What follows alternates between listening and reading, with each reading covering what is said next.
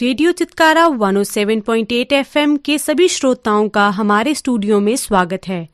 आइए अब सुनते हैं एक गुफ्तगू प्रसिद्ध अभिनेता टॉम ऑल्टर साहब और doctor Ashutosh Mishra, dean Chitkara school of mass communication के बीच। रेडियो चितकारा में हमारे बीच Tom Alter, Padmashri Tom Alter हमारे बीच हैं। हम टॉम ऑल्टर साहब का radio Chitkara community radio FM पे स्वागत करते हैं। स्वागत है टॉम ऑल्टर साहब। धन्यवाद। आपने फिल्में की, आपने टेलीविज़न किया, आपने थिएटर किया। डायरेक्शन कब से? डायरेक्शन इसी साल मैंने शुरू किया है जी। जून के महीने में जी। एक डीडी उर्दू के लिए हमने टेलीविजन सीरियल डायरेक्ट किया है 13 एपिसोड का जी। मैंने खुद लिखा भी है, मैंने डायरेक्ट भी किया है, उसमें मैंने एक्टिंग भी की है जी। और सारी शूटिंग हमने मसूरी में की, जहाँ से आप जो मेरा बिलोंग करते वतन हैं। है। जी जी। तो चीज काफी अच्छी बनी है और इंशाल्लाह मेरे ख्याल से अगले साल की शुरुआत में वो डीडी उर्दू पर टेलीकास्ट होगा। डीडी उर्दू में जी। डायरेक्शन और दैट टू, आपने कहानियों की बात की। एक ज़माने में एक कहानी, मंथन, इस तरह के सीरियल्स आते थे, भारत एक खोज था।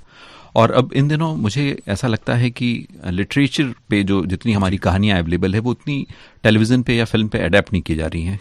क्या आपका इसमें विचार है? टेलीविजन हो या रेडियो हो जी,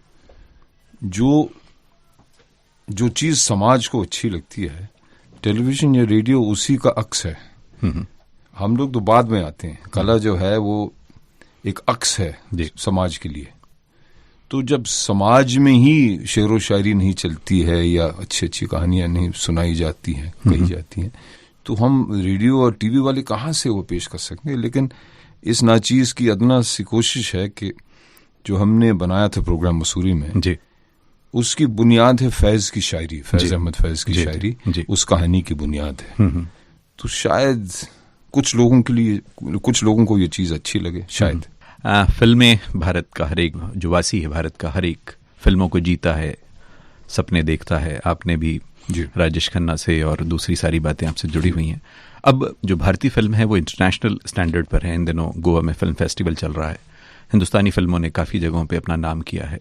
तो ये सत्यजीत रे से यहाँ तक जो हम चल कर आए हैं, क्या ये हम और भी हॉलीवुड के स्टैंडर्ड्स को ब्रेक कर पाएंगे? देखिए, छोटा मुंह बड़ी बात, मैं हॉलीवुड को इसको कोई स्टैंडर्ड नहीं मानता हूँ जी। हम शुरू से हॉलीवुड से बहुत आगे रहे हैं जी।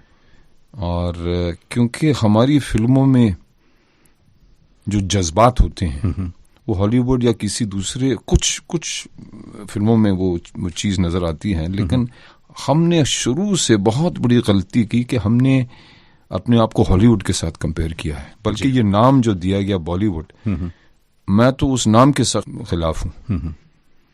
मैं जब बम्बई आया था आज से तकरीबन 40 साल पहले, जब आपने तब ये बम्बई फिल्म इंडस्ट्री थी जी। और न जाने किस नालायक जर्नलिस्ट ने ये नाम दिया है बॉलीवुड।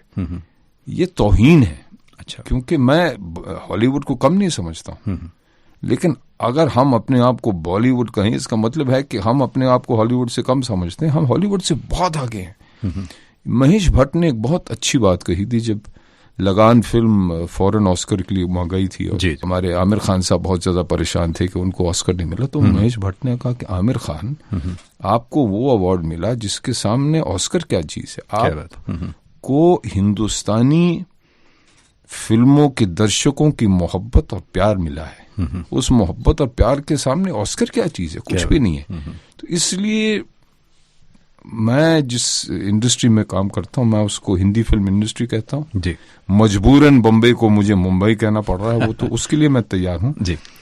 लेकिन अमेरिका में जो फिल्में बनती है बहुत अच्छी बनती है। हम लोग जो फिल्म बनाते हैं शुरू से ही, अभी से हमारी फिल्म इंटरनेशनल नहीं हुई जी। क्योंकि हम हिंदुस्तानी लोग, पाकिस्तानी लोग, बांग्लादेशी लोग जो हिंदी फिल्मों के बिल्कुल आशिक हैं, वो शुरू से दुनिया के हर कोने में फैले हुए हैं। और मैं बहुत मामूली आदमी, बहुत छोटा आदमी हूँ। मैं जब भी कहीं हिंदुस्तान से बाहर जाता हूँ तो पूरी दुनिया मुझे पहचान लेती है, क्योंकि मैं हिंदी फिल्मों में काम करता हूँ। तो ये कोई नई बात नहीं है कि हमारी फिल्में, हाँ कुछ तकनीकी जो हैं तब्दीलियाँ हमारी इंडस्ट्री में आई हैं पिछले 20 साल के अंदर जी। लेकिन मैं उनको ज्यादा अहमियत नहीं देता हूँ। एक शॉट की सजावट को मैं कोई खूबी नहीं समझता हूँ। शॉट के अंदर हो क्या रहा है जी। अगर एक सजे हुए एक शॉट के अंदर कुछ बकवास चल रहा है तो क्या फायदा जी। एक मामूली कैमरा स्टिल है, स्थिर है, खड़ा है कैमरा, और उसके अंदर कुछ कमाल हो रहा है तो उसको मैं शॉट मानता हूँ। कैमरे को नचाने से कोई शॉट नहीं बनता। आफ्टर इफेक्ट्स तो वो जो चीज थी वी शांताराम के जमाने से लेकर सुभाष घाई के जमाने तक, आप राज कपूर की फिल्मों के देखिए, स्टैटिक कैमरा तो स्टैटिक था, कभी कभार स्क्रीन पर डाल के वो एक, लेकिन ज्यादा तो क्योंकि राज कपूर को मौसीकी से मोहब्बत थी, शेर व शायरी से मोहब्बत थी, जज्बात से मोहब्बत थी जी। तो ये जो कैमरा है, जिस तरह भी ये स्थिर है कैमरा, इतना काफी है। अगर कुछ कैमरे के अंदर कुछ हो नहीं रहा सामना कैमरे के, तब आपको शॉट को सजाना पड़ता है। इसलिए पिछले 15 साल से हमारी हिंदी फिल्में तकनीकी तौर पे बहुत सजाई गई हैं, लेकिन उनके अंदर बहुत सारी फिल्मों में मुझे खोखलापन नजर आता है। हर फिल्म में नहीं, कुछ बहुत अच्छी फिल्में बनी हैं जी। लेकिन इसके साथ साथ मैं इस बात की दाद देना चाहता हूं कि घिसी पिटी कुछ जो हमारी कहानियां थी फिल्मों की, उनके दायरे में जो हम बिल्कुल बंद थे, उससे हम बाहर आ गए हैं। अब हमारी कहानियों में बहुत असलियत आ गई है, रियलिटी आ गई है, चाहे वो मिल्खा सिंह की कहानी हो या पान सिंह तोमर की या जेसिका की, या फिर फिक्शन में जैसे कि लगे रहो मुन्ना भाई, तो और गांधी जी के ऊपर फिल्में जो बन रही हैं। और ये बहुत अच्छी बात आई है कि सिर्फ एक गरीब लड़का है और अमीर लड़की है, उनका रोमांस चल रहा है कश्मीर में वगैरह, उससे हम लोग, उस बंधन से हम लोग बाहर आ गए हैं। इससे मुझे बेहद खुशी होती है। और ये जो भाषाई फिल्में हैं, क्योंकि हमारी भाषाई फिल्मों में केरल, मलयालम की जो फिल्में हैं, बंगाली फिल्में हैं, वो भी काफी आपने असली फिल्म में काम किया। मैंने कई जैसे मतलब कई अलग अलग भाषाओं की फिल्म में काम किया है। और मैं मलयालम फिल्मों में मैंने 2-3 फिल्मों में काम किया। और जो हमारे साउथ इंडिया के ना सिर्फ कलाकार हैं बल्कि टेक्नीशियंस, शुरू से आज से 30, 40, 50 साल पहले वो फिल्म मेकिंग को एक कला मानते चले आ रहे हैं। और जैसे मोहनलाल के साथ मैंने काम किया, मामूटी के साथ मैंने काम किया, ये आप उनसे बात कीजिए तो कोई कह ही नहीं सकता कि ये दोनों सुपरस्टार्स हैं, इंसान है। और हमारे कुछ हिंदी फिल्मों के भी हीरो ऐसे हैं, लेकिन कम जी। और अभी कल परसों मैं एक जलसे में बात कर रहा था दिलीप कुमार और राज कपूर और देवानंद की जी। तो मैंने कहा इन तीनों में खूबी ये है कि आप घंटों तक उन तीनों के साथ बात कर सकते थे बगैर फिल्म की बातें किए। इतनी तारीख हो, फलसफा हो, खेल हो, शेर व शायरी हो, सियासत हो, मजहब हो, धर्म हो, ऐसी अलग अलग जो विषय हैं उनके ऊपर आप उन घंटों तक उनसे बातें कर सकते थे जी। और मैं माफी चाहूंगा, आज या तो बंदा सेलफोन पर लगा हुआ किसी के साथ बात कर रहा है जी जी, या वो बात करेगा हमारी फिल्म ने 3 दिन के अंदर 50 करोड़ रुपए कमा लिए। और ये बातचीत वहां तक सीमित है, महदूद है। अफसोस की बात है।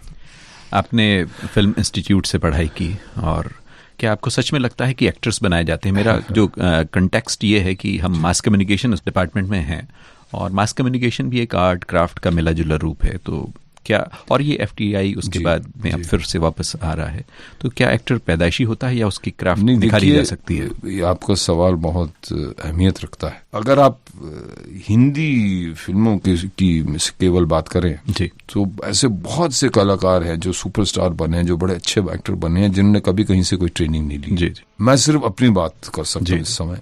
मैंने अगर 2 साल तक वहां ट्रेनिंग ना ली होती, वो भी प्रोफेसर रोशन तनेजा जैसे गुरु के अंदर जी, तो मैं आज इस समय आपसे बात ना कर रहा होता। तो मेरे लिए बहुत जरूरी थी जी। लेकिन हम 20-22 स्टूडेंट से 20-22 जिस तरह मिथुन चक्रवर्ती, मैं उनका क्लास फेलो था। अच्छा। मिथुन ने 2 साल तक बहुत मेहनत की, मैं वो नहीं कह रहा हूं कि मेहनत नहीं की, लेकिन जब मिथुन जब इंस्टीट्यूट में आया उसी वक्त वो हीरो बन सकता था। और इंस्टीट्यूट से जब निकले मिथुन में कोई खास तब्दीली नहीं आई, पुख्तगी उनके अंदर आ गई, पर वो तो पैदाइशी हीरो थे जी।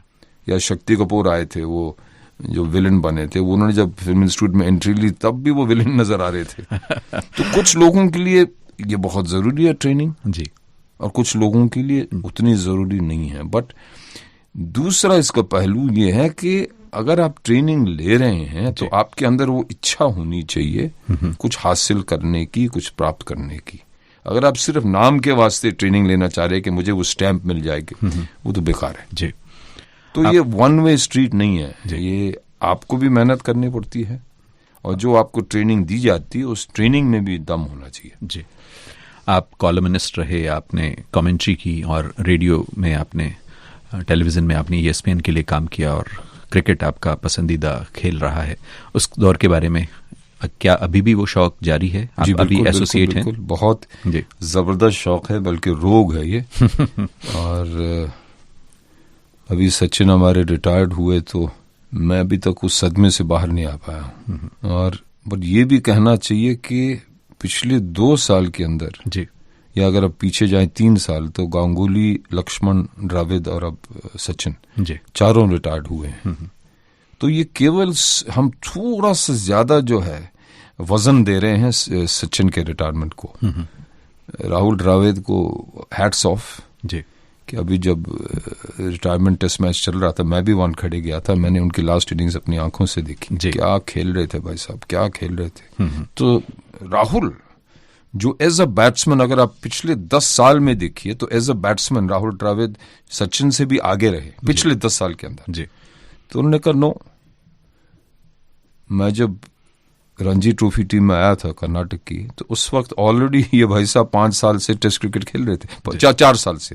हालांकि उम्र में सिर्फ 1.5 साल का फर्क है राहुल की उम्र में, और बट क्योंकि 16 साल की उम्र में उन्होंने शुरू की थी। आई थिंक द्रविड़ भाई हमारे कुछ 22 साल के थे या 23 साल के।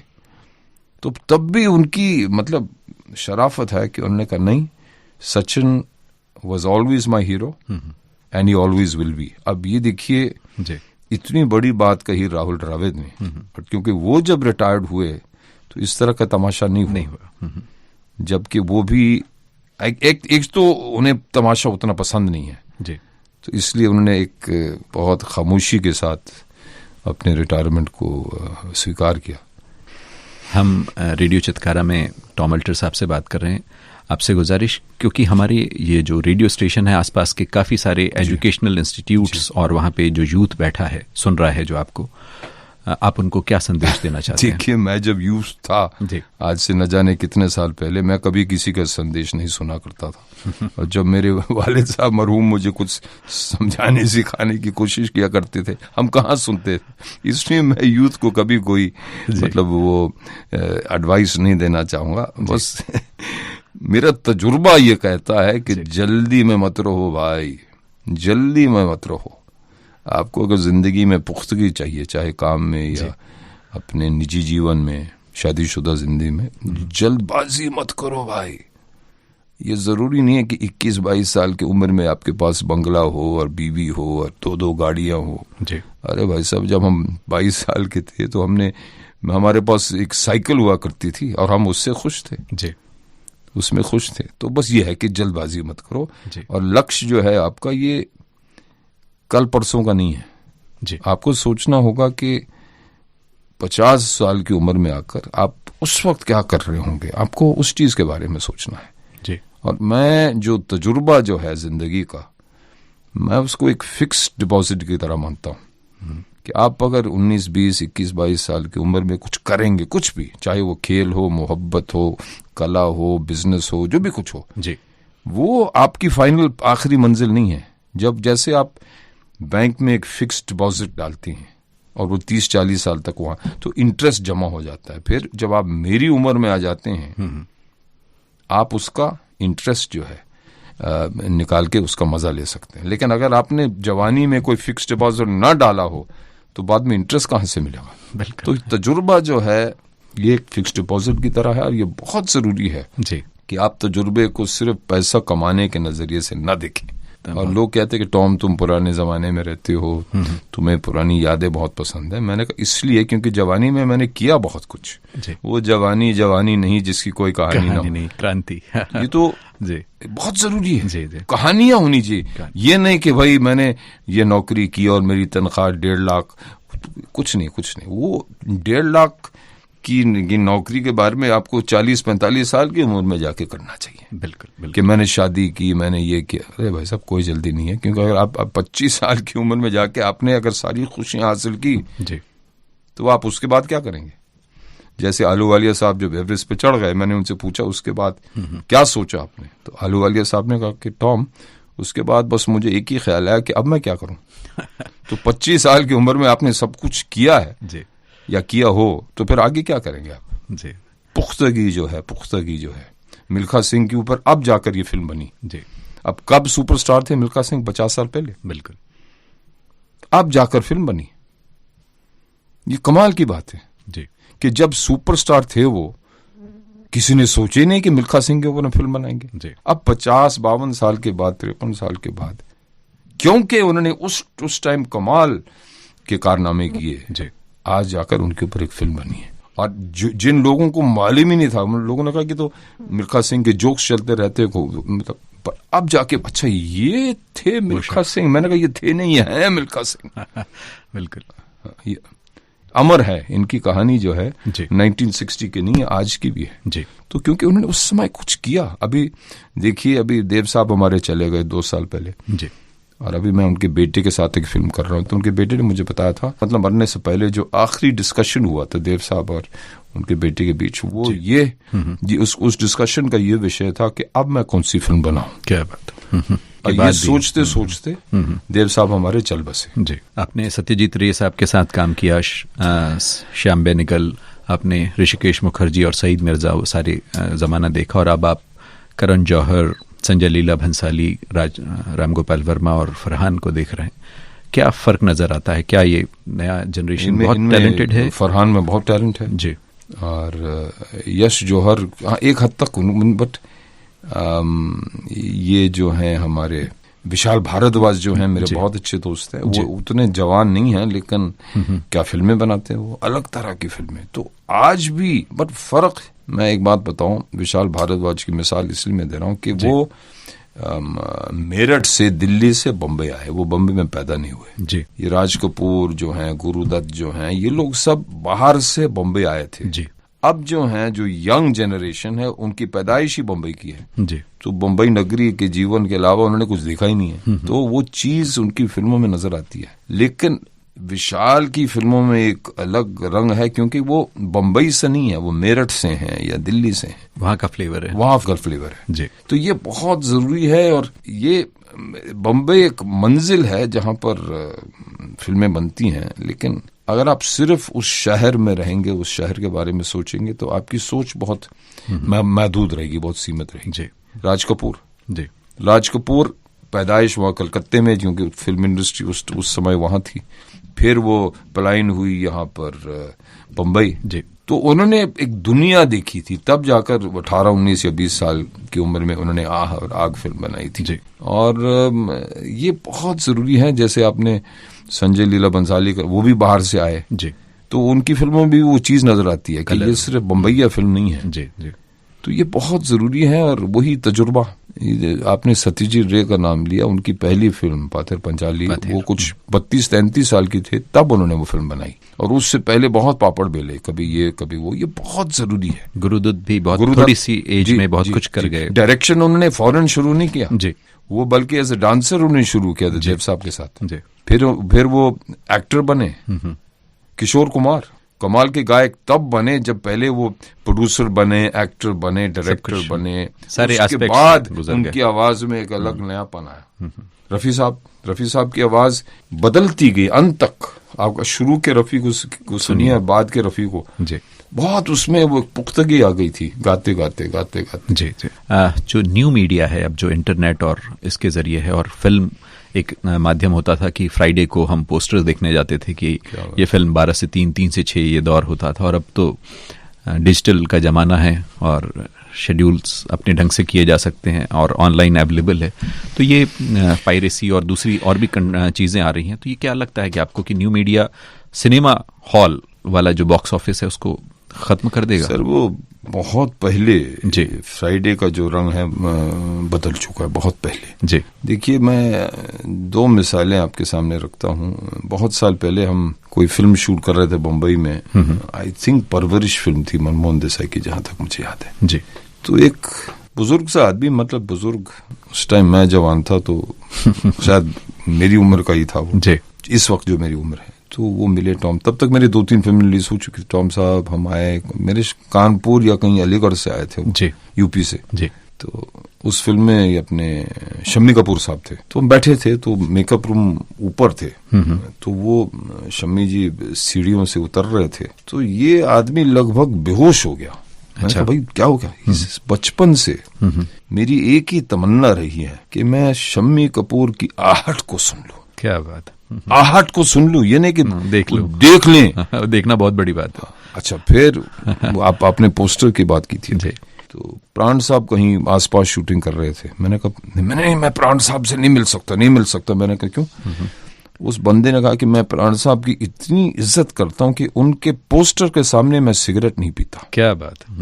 उनके पोस्टर के सामने, वो शायद अपने बाप के सामने पीता था सिगरेट, लेकिन प्राण साहब के पोस्टर के सामने तो वो चीज जो है जाहिर सी बातें खत्म हो गई। और ये मिसालें जो हैं, ये सिर्फ ये इशारे हैं एक ऐसी तहजीब की तरह कि जैसे मैं मसूरी का रहने वाला था, जब हम वासु सिनेमा हॉल में या रियल्टो में जाया करते थे कोई फिल्म देखने के लिए, ये तो हमने कभी सोचा ही नहीं कि हम कभी इन लोगों से मिलेंगे। लार्जर देन लाइफ यानी कि और हमारी जो फैंटेसीज थी, हमारे जो सपने थे, इन लोगों के जरिए हमारे वो मामूली से सपने पूरे हो जाते, साकार हो जाते थे। अब क्योंकि इतना आसान हुआ, शाहरुख खान से ये गूगल कर लीजिए तो तमाम ये है, मोरओवर प्रमोशनल के लिए आ जाते हैं आपके शहरों में। तो वो एक मसलन मैं जब पहली मर्तबा राजेश खन्ना से मिला तो वो जिंदगी भर मैं वो लम्हा कभी भूल, क्योंकि उन तक पहुंचना एक इतना तवील और इतना पेचीदा सफर था, लेकिन मैं पहुंच गया उन तक और फिर मैंने उनके साथ काम किया। क्या बात। तो मैं उस समय हिल गया, मैंने कहा ये वास्तव में हो रहा है कि ये भी मेरा एक सपना है। तो वो ये जो भावनाएं हैं, अब किसी को हम दोष नहीं दे सकते, लेकिन वो कम नजर आती हैं। और बस ये है, आज जो अभी हम इतना कमाल का ये कार्यक्रम हुआ आज आपके इस यूनिवर्सिटी, बायोग्राफीज जो बहुत कमाल। वो जब ये स्टीव जॉब्स की बात हो रही थी और ये अपने क्या नाम है, बिल गेट्स की बात हो रही थी, और एक और बंदा जिसने ये सब फेसबुक वगैरह शुरू किया, ज़करबर्ग। हाँ, मैं उनके नाम तक मैं नहीं जानता हूँ मैं। देखिए, अभी मैं किसी परिवार के साथ में सफर कर रहा था, तो एक लड़का था मेरे ख्याल से 7-8 साल का, कि अंकल आपको मालूम है मेरे 45 दोस्त हैं। मैंने कहा बड़ी अच्छी बात है जी, मतलब मैंने कहा आपकी कक्षा में कितने स्टूडेंट्स हैं? सारे तुम्हारे दोस्त हैं? नहीं, फेसबुक वाले मेरे दोस्त हैं। उनमें से एक। मैंने कहा गए काम से जी। मैंने कहा वास्तव में कितने दोस्त हैं आपके? अंकल मतलब स्कूल में आपके कितने दोस्त हैं? एक आध होगा। मैंने कहा ये लीजिए, स्कूल में एक आध दोस्त है और फेसबुक के ऊपर 45। एक 8 साल का बच्चा ना, भी देखिए फायदा भी है और नुकसान भी है जी। क्योंकि सॉरी, मैं किसी चीज की बुराई नहीं करना चाह रहा हूं, लेकिन फेसबुक वाली दोस्ती जो है ये नकली दोस्ती है जी, असलियत नहीं है ये। जिसकी शक्ल सूरत आपने आज नहीं देखी जी, जिसकी आवाज तक आपने आज नहीं सुनी जी, अभी मैं आपकी आंखों में आंखें डाल के मैं बात कर रहा हूं, अगर आपने ये ना किया हो तो आपने किसी से बात कैसे की? नकली है। तो ये जो एक खतरा है जी, और रिश्ते जो दिन ब दिन बिखरते जा रहे हैं जी, तो हम अपने आप को तसल्ली देते कि हमारे 45 दोस्त हैं फेसबुक पे, और वास्तव में जी एक आध। तो मैं ये कहता हूं कि वास्तव में 4-5 हो जी। देखो आज भी इस उम्र में अगर मेरे जो असली दोस्त हैं इतने ही हैं, 4-5 ही हैं बस। 4-5 काफी हैं। मुझे 1099 दोस्त नहीं चाहिए, मुझे 4-5 सच्चे दोस्त चाहिए जी। और इसलिए मैं अपने आप को बहुत खुश नसीब समझता हूँ कि इस उम्र में भी मेरे पास 4-5 असली दोस्त हैं, और फेसबुक का एक भी दोस्त नहीं है, क्योंकि मैं फेसबुक इस्तेमाल नहीं करता। आपने फैज साहब की बात की, कैफी आजमी की बात आज हो रही थी। अपनी बातचीत हम ख़त्म करते हैं आपसे। कोई शेर, अशार, गज़ल, जो भी आपको लगे हमारे श्रोताओं के लिए। भाई अभी जो हमने टीवी का ये प्रोग्राम बनाया मसूरी में जी, उसका उन्वान या उसका टाइटल है एक फुर्सत गुनाह। ये हमने फैज साहब के शेर से टाइटल लिया, शायद आप उस शेर से वाकिफ हो। कमाल का शेर है ये, वो मैं अर्ज करना चाहूँगा जरूर। ये उनकी गजल का पहला शेर है, एक नज्म है जी। तो एक फुर्सत गुनाह मिली वो भी 4 दिन, देखे हैं हमने हौसले परवरदिगार की। बिल्कुल। क्या ख्याल है? क्या ख्याल? एक फुर्सत है, यानी कि जीवन जो है, जिंदगी जो 4 दिन की, इतना बड़ा दिल है खुदा का। हमने देखा कि कितना बड़ा उसका दिल है जी, कि 4 दिन की ही जिंदगी हमको दी। जी, एक फुर्सत गुनाह मिली, वो भी 4 दिन देखें हमने हौसले परवरदिगार के। तो ये फैज साहब को एक बहुत खूबसूरत और महत्वपूर्ण शेर है। बहुत बहुत शुक्रिया टॉम साहब, आप हमारे स्टूडियो में आए, रेडियो चटकारा में। बुलाने के लिए बहुत बहुत शुक्रिया दोस्त, बहुत शुक्रिया। हमारी बात चल रही थी टॉम अल्टर, जो पद्मश्री हैं, जिन्होंने रेडियो, टेलीविजन, थिएटर और कला के सभी क्षेत्रों में काम किया है। सुनते रहिए रेडियो चटकारा 107.8 FM।